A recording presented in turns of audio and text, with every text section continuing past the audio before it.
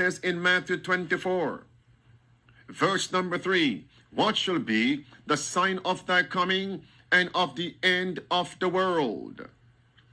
And the Bible says in verse 5, verse 6, verse 7, wars, famines, pestilences, earthquakes in diverse places, calamities rather, in diverse places.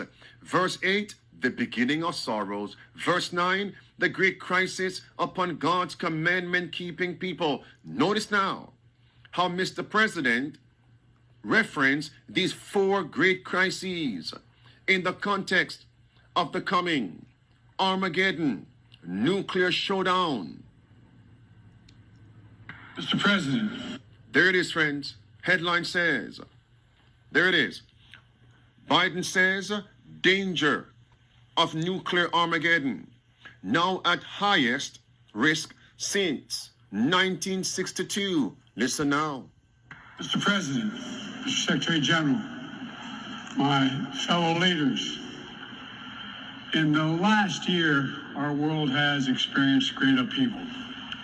A growing crisis in food insecurity, record heat, floods, and droughts, COVID-19, inflation, and a brutal, needless war. It's all there, my friends. And in the context of what we just heard, what are the media reports now telling us, brothers and sisters?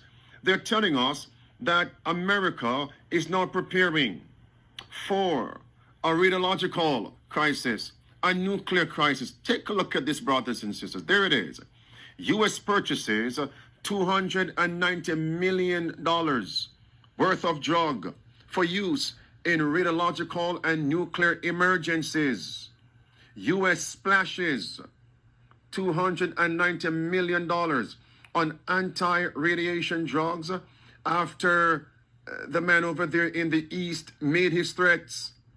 Do they know something we don't? That's the great question. One more time. The question needs to be repeated. Do they know something we don't? That's the great question, friends. Do they know something we don't?